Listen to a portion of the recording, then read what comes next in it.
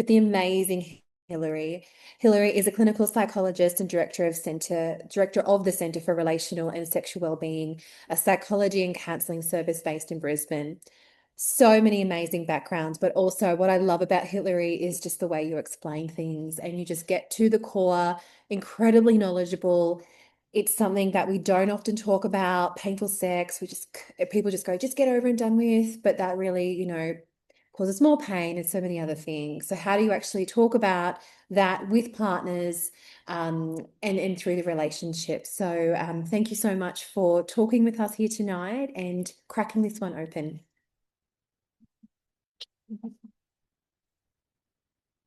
Yes, oh, good. I have my little timer here because I have slides that it will be culled if need be, and my trusty water bottle. Okay, so, well, hi.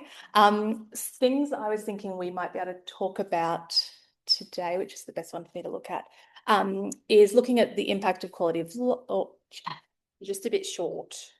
Go for it. Yeah, I'm a big girl, I swear. As you are. And looking at what is the psychologist's involvement. So how do psychs support people living with chronic pelvic pain, endo, etc. And one that I like to talk a lot about because I work with a lot of people who experience sexual pain is for us to have a kind of bit more of a focus around the impact of sexual pain when we have chronic pelvic pain. And for us to have a little think about what are the myths that we might hold as practitioners that we may bring to the consulting room. What are the models of sexual health that we would like to replace those myths with? How do we think about relationships and how do we bring all of this into the room when we're trying to support people? This has not skipped the slides that I was going to skip. Anyway, I'll see if I can remember what slides were hidden and what weren't, and we'll go on the roller coaster ride together. Okay, so I'm not going to talk in detail about this particular slide because I think if we're all here, we know if you're working with anyone who has endo or chronic pelvic pain, it has an impact on that person's quality of life. Like that is not a shock factor here. We also know that how that presents and how the patient experiences those symptoms is much more likely to impact their quality of life than the severity, let's say, of endo.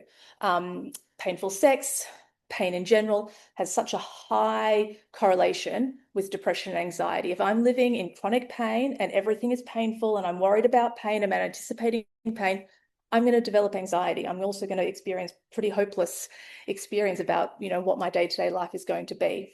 We also know that the more negative the experience with healthcare systems, the more that impacts quality of life as well.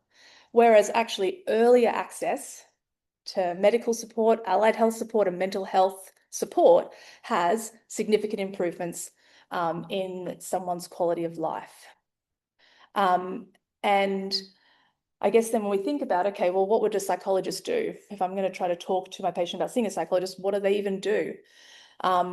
Psychologists work with patients to support the management of chronic pain from that emotional point of view, cognitive point of view, behavioral factors that influence our experience of the pain and how pain affects our life.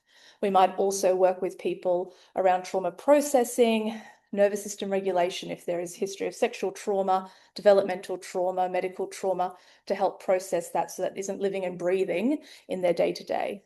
And we, for those who are also trained in sex therapy, psychologists would support the management of sexual pain, but also broader, like the sexual function impacts, pleasure, education, beliefs around what sex and what sex isn't, relationship support.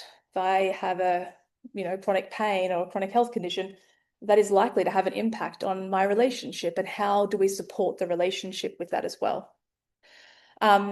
Something that I think colleagues and I've spoken about is that when we see our clients and we talk about how long it has often been before they were able to access mental health support, either because referrals weren't provided, there was, cost factors or whatever it may have been, The clients often reflect that they wish they had access to psychology sooner, because once they're engaged, they can really see the benefits of their quality of life changing as soon as we start to work on the emotional, cognitive, and behavioral factors that have an impact on pain.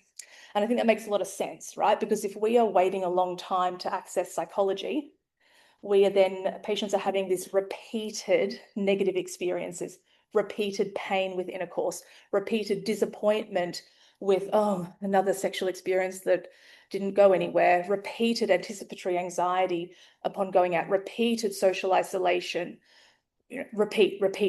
And the more repeated negative experiences clients and patients and those living with pain have, the more entrenched these patterns of behavior and belief are that we then have to kind of go in and disentangle. So the longer wait time, more negative experience, more entrenched those beliefs are, rather than earlier access, more easy to maybe untangle some of that.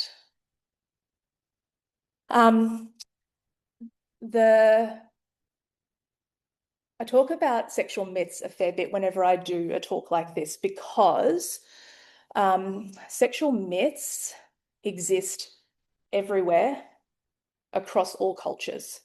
And when we hold them in like really rigid ways, they have an impact on our ability to adapt our sexual function to what is happening around us.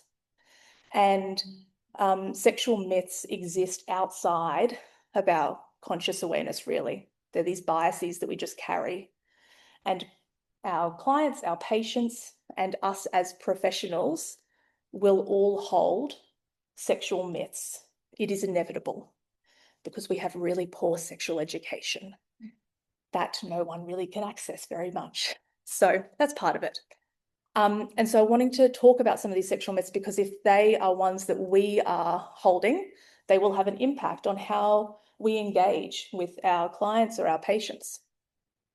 The ones here that I talk about that the formatting's gone a bit askew, there are 2 myths here. But nonetheless, again, we're riding this roller coaster of the slides together. These are maybe much more common in like Western culture, because we have it's quite a prominent idea that intercourse is good sex, orgasm is the goal, and the more sex you have, that's the sign of a better relationship. And that is what we get blasted with everywhere, right?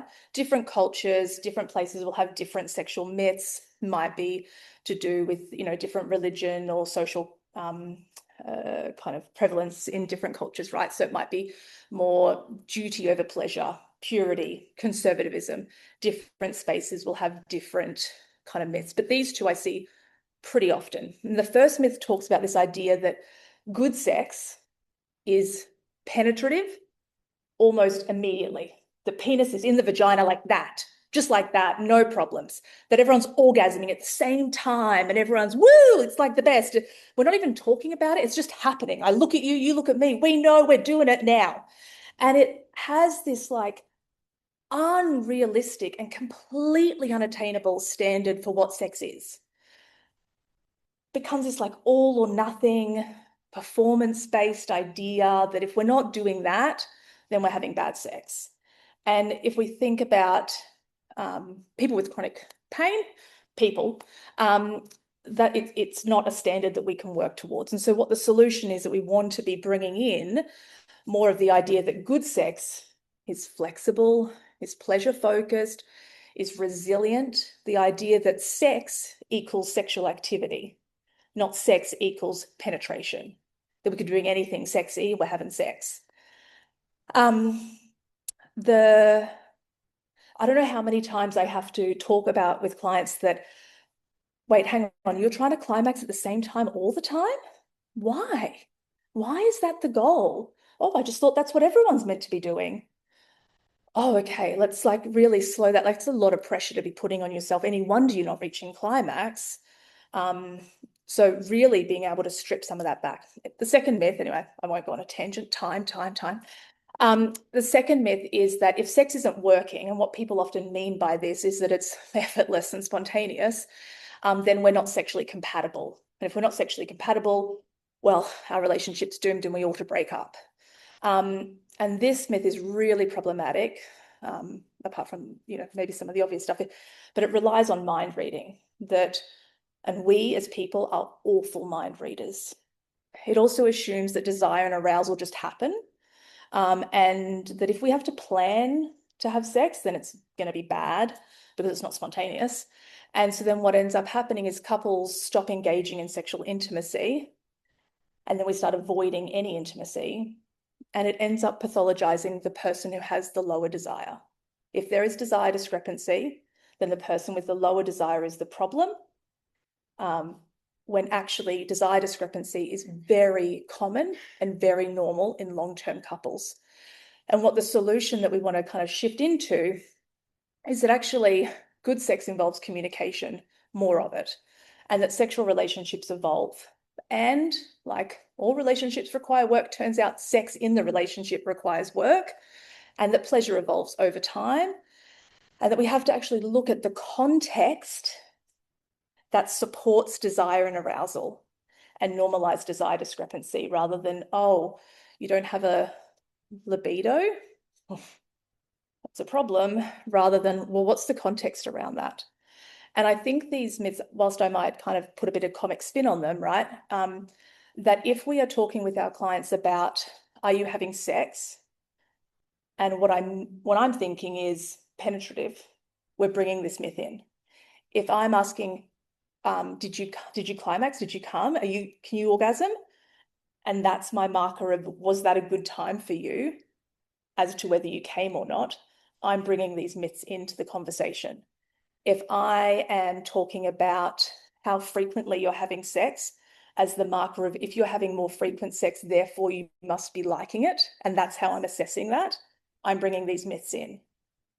And so these myths come in all the different ways we assess outcomes, goals, good time, quality of life, by using penetrative, orgasm, goal-focused, frequency-focused markers. And if you're recognizing that, oh yeah, I kind of ask it that way, why wouldn't you? We don't know anything different if we're not provided actual quality sexual education, right? But then if we can be aware of it, then we can actually shift how we talk and how we assess and how we open that conversation up.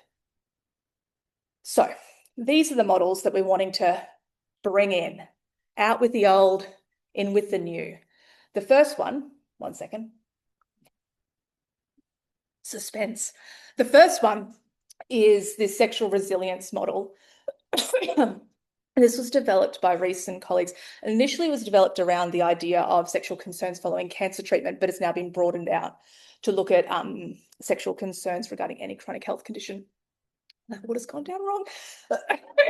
Of course. So the model is big. So if I strip it right down, what we're basically looking at here is that when someone has chronic pelvic pain with sex, endo, they are the problem. You go sort that out, love, and then come back to me, and then we'll have sex, right? Rather than this model looks at, actually, if we shift from one person being the problem to this is a dyadic issue that we as a couple need to work on.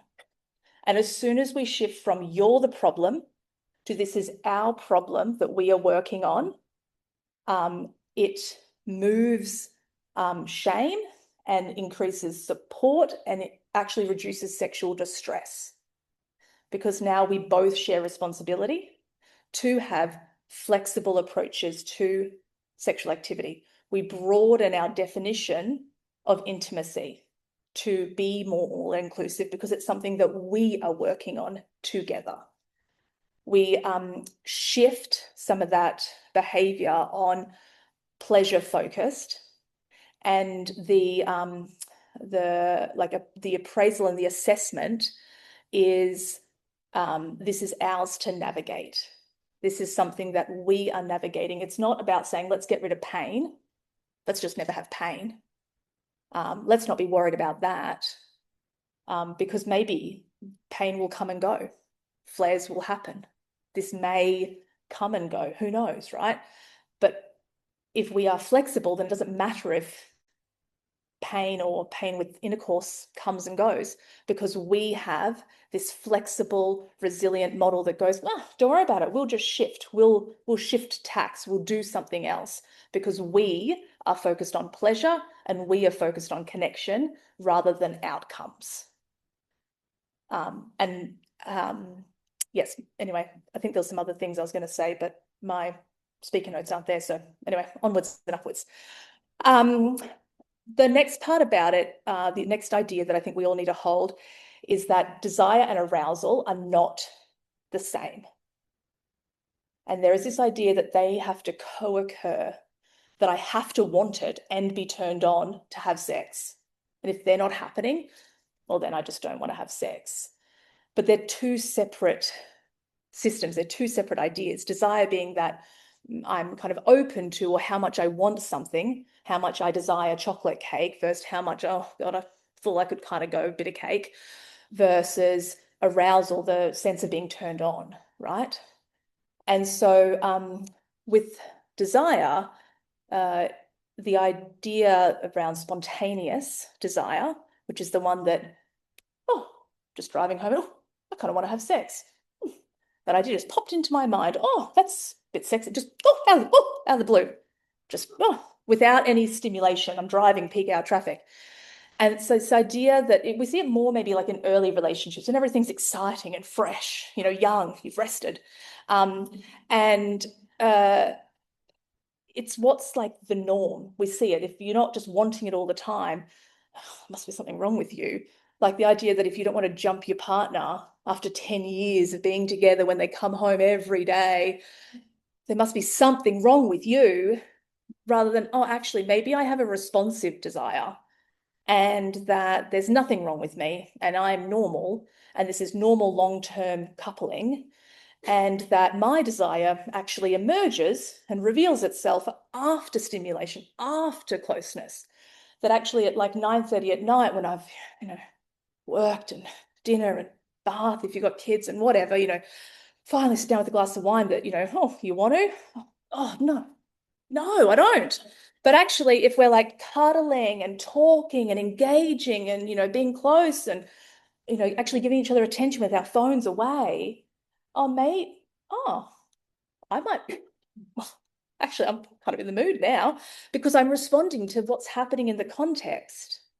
Actually, there's nothing wrong with me. I don't have no desire. I just need to figure out the context in which my desire grows.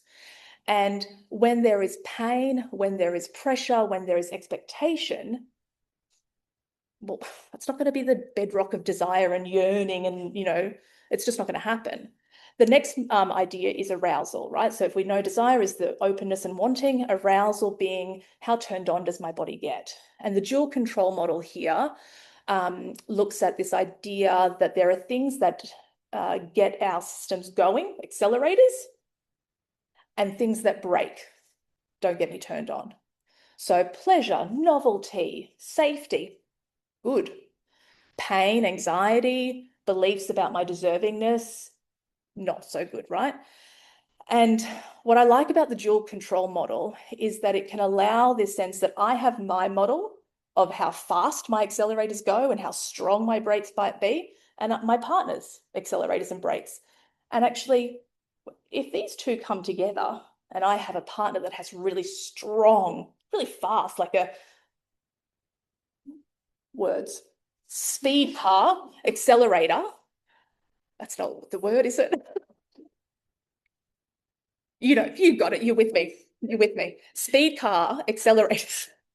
And, you know, my 40-year-old husband, partner, is like coming in like a teenage boy, like all excited. Oh my God, I'm so excited. I'm so turned on. And I have slower accelerators because I'm worried about, is this going to hurt? Oh, how's this going to go? Last time it was really disappointing. That his teenage boy energy is going to hit my brakes. And so how our models work, it's not that I need to accelerate faster. Actually, maybe he needs to slow down to allow my accelerators to work. And we can have this accelerators working together. Recognition of brakes rather than you're just getting turned on fast enough, something wrong with you. We've got to shift away from that. It's the context. It's how we work together. Summary, pleasure. Pleasure is important. Next, we have no time.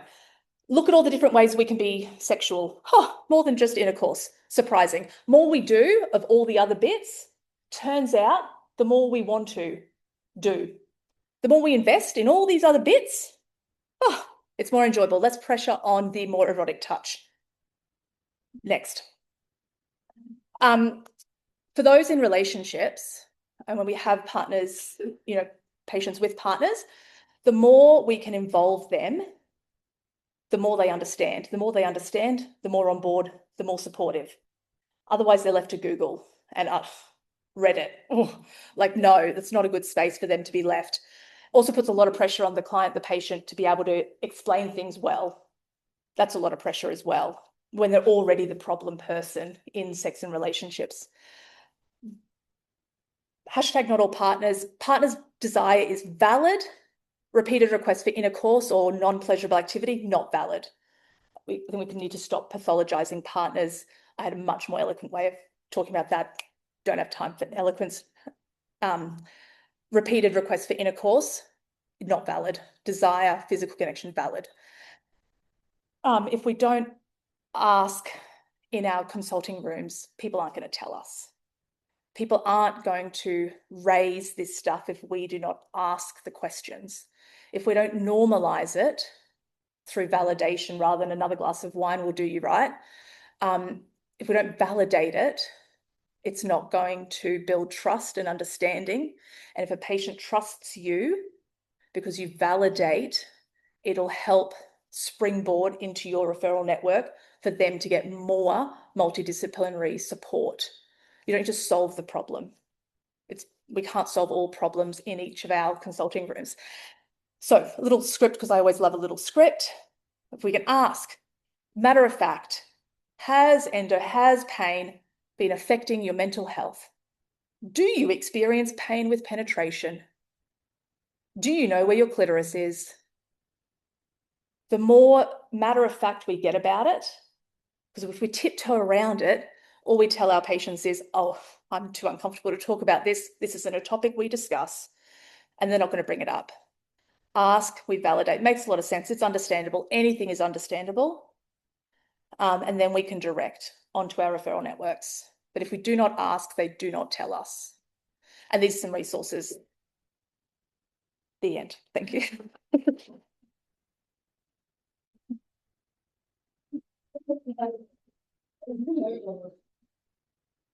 Thank you so much. I saw so many of those messages flying around to partners with lots of screenshots and lots of photos. So well done.